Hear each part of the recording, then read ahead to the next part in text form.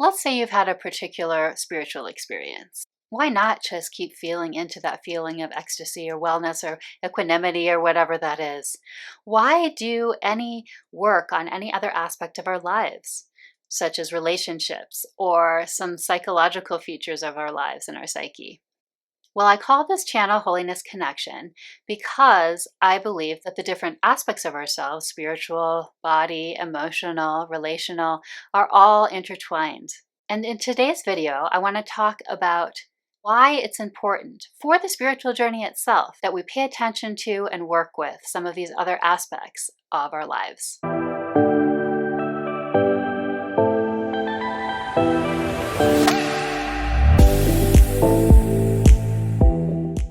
Hey everyone, welcome to Holiness Connection.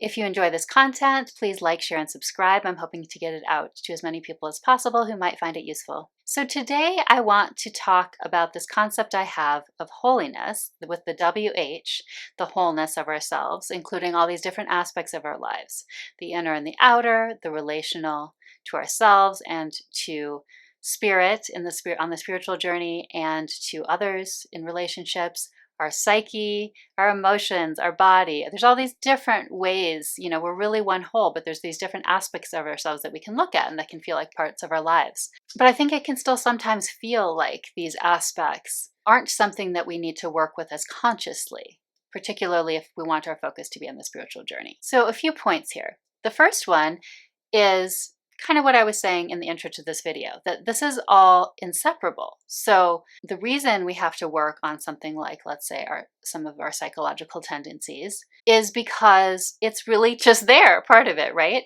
It's like already there anyway. It's not like it's going away. So if we were not to do that, if we were to try to ignore something like a psychological feature of our lives that perhaps needs changing, that would be spiritual bypass. And so that would be a way in which the spiritual journey is a way of sort of not being whole and is being used to focus only one way rather than realizing this intrinsic wholeness and holiness.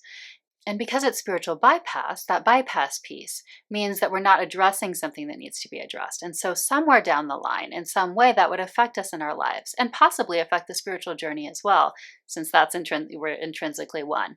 And so it's kind of like setting yourself up potentially for bumps down the road. The second point I want to make has to do with the fact that often psychological healing or other kinds of healing can very much feel a part of the spiritual journey. So then what do I mean by working with it? So in that case, it can be helpful to not get stuck in thinking that that is the only part of the journey. And not getting stuck sort of in it. So it's almost a bit of a paradox, right? Because what I'm saying is that it's already dominating the spiritual journey in a sense. And so there is already a focus on it in that sense. But what I'm saying is to think of this as working through this particular psychological piece. And if we can think of it maybe more from the psychological level, rather than only thinking it's something that's being brought to us spiritually and as a form of spiritual healing, it may be that that is not going to stay on our path forever. It may just be that that's one part of our path, one aspect, and also one in time potentially. So if we can address it from its own aspect, for example, by doing therapy, if it's a psychological issue, something like that, then it's not that it's separate from the spiritual journey, because nothing's truly separate, because everything is whole ultimately. But it may well be that then we are able to, like I said, work through it, and it's not going to be the only continuous story of what our spiritual journey is. And then there may be other facets of the spiritual journey that then we can be more open to, or that then arise on our paths. And I want to say a little caveat here that sometimes we do get into stuck points and we're not able to finish healing quickly or something like that. So I'm not at all saying that that doesn't happen just naturally, and that to have absolute compassion, we all have stuck points or times when things aren't moving as much in a healing journey. So I have an example of this that's a little different from what I was just talking about, which is that I do feel like before I started sharing more interactionally with others on my spiritual journey, I needed to do some healing, some particular healing psychological work from old trauma. And so I had that sense that I needed to do that first. So it's not that that's not still a part of me in a sense, and it very much felt tied in with my spirituality. But it's also true that there was this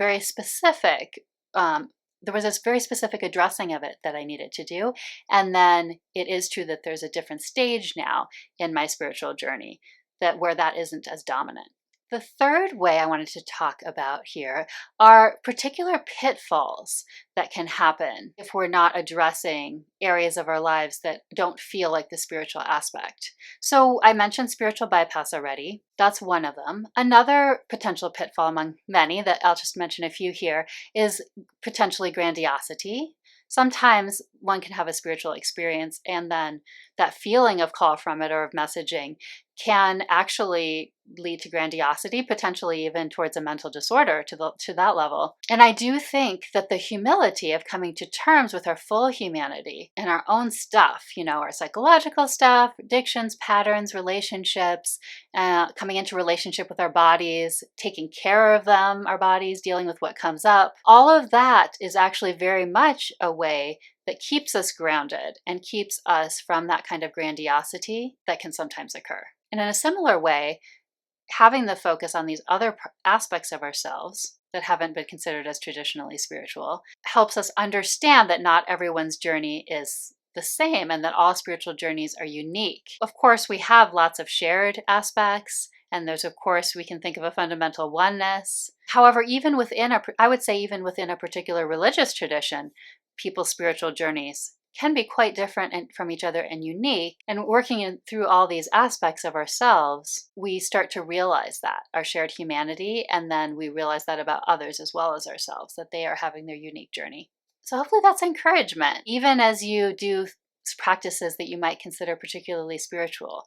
I had a recent video, of course, on how we should consider lots of different things practice, and I do believe that. And so maybe we can consider something like therapy practice. Maybe we can certainly consider a lot of body practices these days as practice.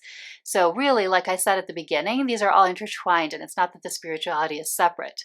But it can be easy when we're really fervently on the spiritual path to potentially neglect some of these other areas. And working through them, really still paying attention to them, having a focus on them still, is of benefit to our wholeness and to our spiritual paths as a whole too.